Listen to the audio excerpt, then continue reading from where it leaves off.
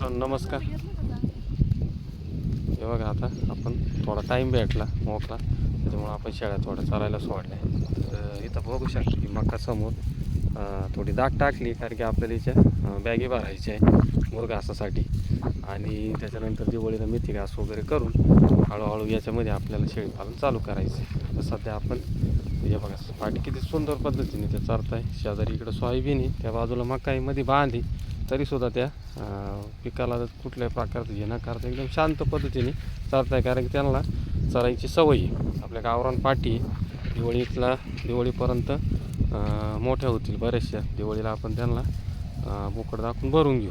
अशा पद्धतीने आता एका छोट्याशा स्वरूपात शेळीपालन आपण चालू केलं आहे. हळूहळू आपले शेड वगैरे भरपूर मोठे हळूहळू आपण वाढवणार आहे. सध्या चारा कुठल्याही प्रकारचा नाही. सकाळी आपण त्याला धान्य वगैरे देऊन आणि कुठल्याही प्रकारचं एक झाडपाला खायला देतो आहे. आणि संध्याकाळच्या टायमाला थोड्या एखादा तास आपण मोकळं, कारण त्याला ती सवय, त्यांची सवय काय आपल्याला मोडायची नाही.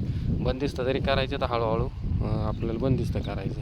एवढा आपला सोयाबीनचा प्लॉट पाऊस थोड्याफार प्रमाणात उघडून गेला आहे. पाऊस सांगितला आहे, त्यामुळं पिकाला उन्हाची पण गरज होती. त्यामुळं पिकं एकदम सुंदर पद्धतीने झालेले. अशा पद्धतीने आता डाळिंब बाग, त्याच्यानंतर थोड्याफार प्रमाणात पारंपरिक शेती प्लस शेळीपालन.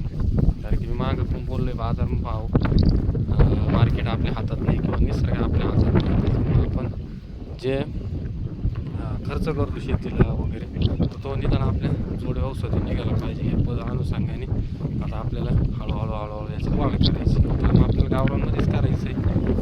क्वालिटीपेक्षा क्वांटिटीत काम करू आपण, जास्त मोठ्या प्रमाणात पण गावरांमध्येच करू. का कसं काय ते आपण सगळं जसे व्हिडिओ पुढं चालतील जसं काम चालेल गावरानच का बरं, हे सगळ्या विषयावर चर्चा करू.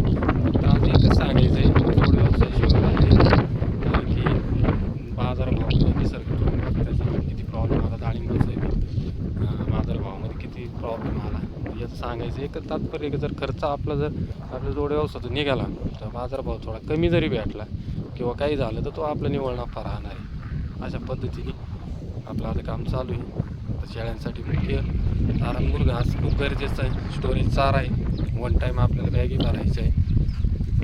त्याच्यामुळं तो एक, आणि मेथी घास जर बंदिस्त जर आपल्याला करायचं असलं तर मेथी घास खूप गरजेचा विषय. कारण शेळ्यांच्या आवडीचा चारा आहे मेथी घास. शेळ्या खूप चांगल्या पद्धतीने खातात.